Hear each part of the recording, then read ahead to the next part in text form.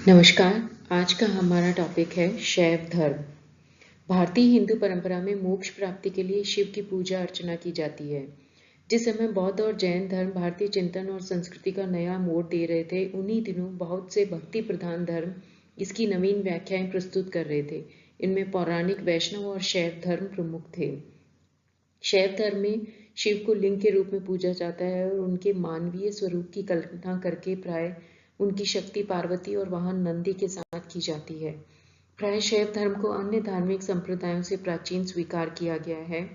शिव के मानवीय स्वरूप वस्त्र, त्रिशूल, डमरू, वाहन नंदी और उनकी पौराणिक उपाधि पशुपति से प्रतीत होता है कि शिव के वर्तमान स्वरूप में अनेक धार्मिक परंपराओं के तत्व समाहित हो गए हैं। शिव का वर्तमान स्वरूप पौराणिक युग में स्थिर हो चुका है। शिव के उपासक शैव धर्मावलंबी कहलाए।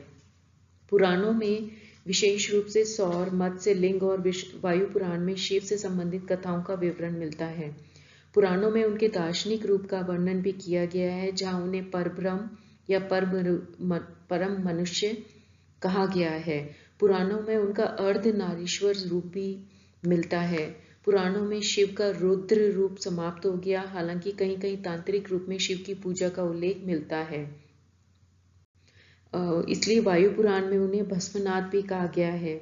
उनके हाथ में कपाल से निर्मित एक कमंडल या खप्पर रहता है। वार्ष्णेय संहिता तथा शतपथ ब्राह्मण ग्रंथों में मातृ शक्ति का अंबिका नाम से उल्लेख किया गया है। श्रीमद् भागवत में शिव द्वारा गंगा को धारण करने तथा हिमालय से गंगा नदी के उद्गम का रूपकात्मक वर्णन है। पुराणों में कैलाश पर्वत उनका निवास स्थान है। रामायण और महाभारत के समय तक शिव पूजा का पर्याप्त प्रचलन हो गया था। इन महाकाव्यों में शिव प्रतिमाओं का स्पष्ट उल्लेख मिलता है।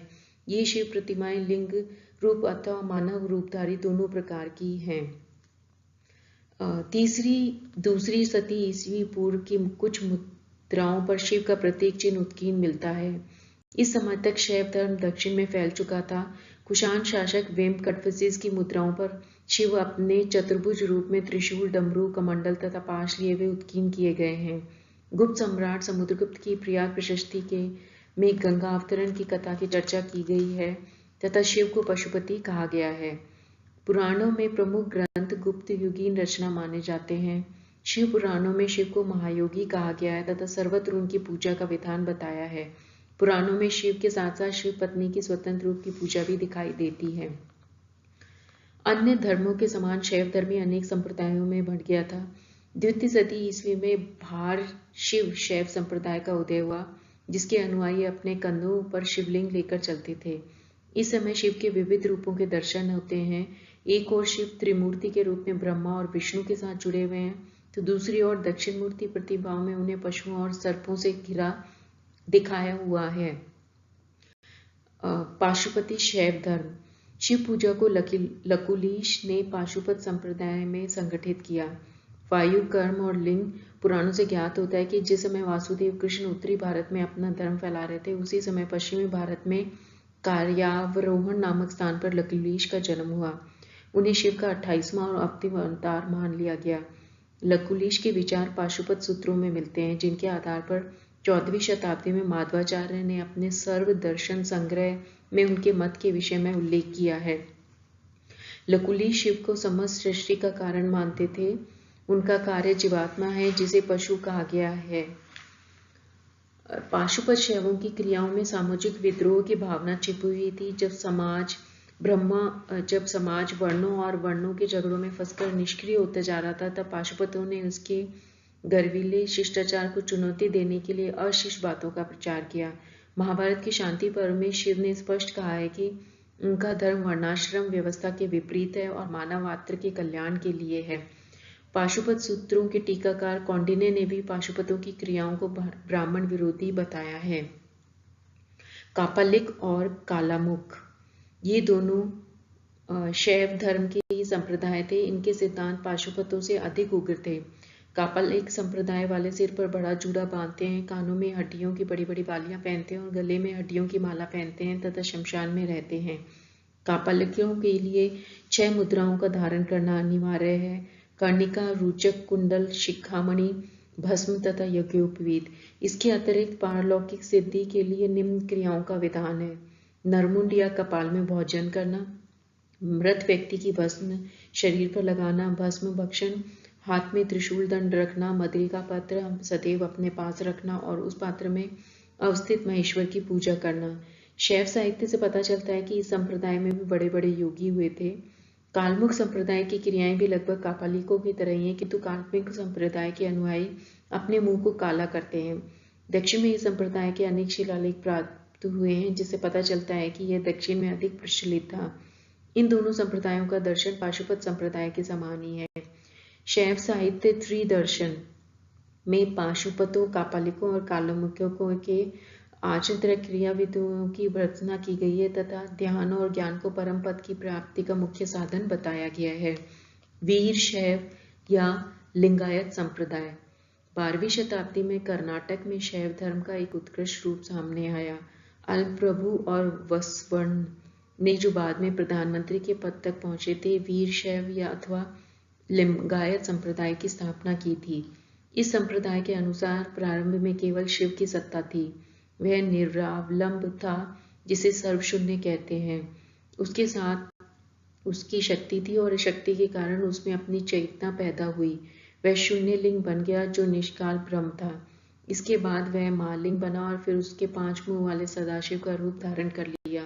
उसके 5 मुख से 5 सदाज्ञा पैदा हुए, जिनमें पृथ्वी, जल, अग्नि, वायु और आकाश के 5 तत्व मिले। उनकी आंखों और मन से सूर्य और चंद्रमा की उत्पत्ति हुई तथा छिपे हुए मुंह से जीवात्मा का विकास हुआ।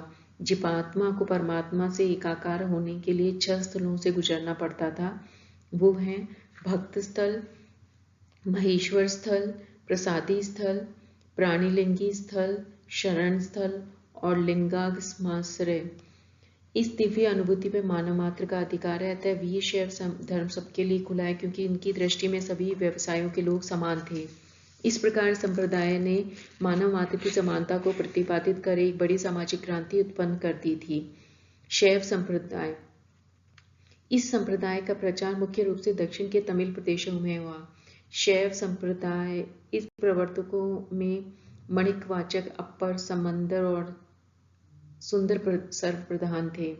इस संप्रदाय के अनुयायी जगत और जीव की पृथक सत्ता स्वीकार करते हैं और शिव को चराचर जगत का स्वामी मानते हैं। इसी प्रकार शिवाद्वैत संप्रदाय के प्रवर्तक श्रीकंठ थे, जो रामानुजाचार्य के समकालीन थे। उनके सिद्धांत के अनुसार ब्रह्म जगत का न केवल निमित्त कारण है, बल्कि उपादान कारण भी है। शिव की शक्ति की जगत के रूप में अभिव्यक्ति होती है। ब्रह्म और शिव एक ही सर्वोपरि सत्ता के सूचक हैं। मध्य युग में अनेक शिव मंदिरों का निर्माण हुआ। महाराष्ट्र तथा दक्षिण में राष्ट्रकूट और चोल राजाओं के संरक्षण में शैव धर्म बहुत अधिक लोकप्रिय हुआ। इसी समय इलोरा के जगत प्रसिद्ध कैलाश और तंजौर के विशाल शिव मंदिरों का निर्माण हुआ। इन मंदिरों में भगवान शिव की मूर्ति स्थापित की जाती थी। इन मूर्तियों में शिव के अनेक रूप हैं। वह जगत का पालन करने वाला है और अपने भक्तों पर अनुग्रह भी करता है। यह शिव का सौम्य रूप है। शिव सृष्टि का संहार भी करता है। यह उसका रौद्र रूप है। वह अनेक विधिक शिल्पों और विद्याओं का प्रवक्ता भी है। वह उमा और पार्वती का पति भी है। श्री कृष्ण के समान शिव के संबंध में भी अनेक कथाएं पुराणों में मिलती हैं। इन कथाओं के आधार पर शिव की अनेक रूपों में मूर्तियां बनाई गई हैं। इनमें शिव की सौम्य, उग्र और नटराज की शिव मूर्तियां बहुत अधिक उल्लेखनीय हैं। बाद में जब शैव धर्म में तंत्रवाद का प्रवेश हुआ, तब शिवलिंग भी मंदिरों में स्थापित किए गए। वर्तमान समय में भारत में जो शैव मंदिर हैं, उनमें प्राय शिवलिंग की पूजा की जाती है। धन्यवाद।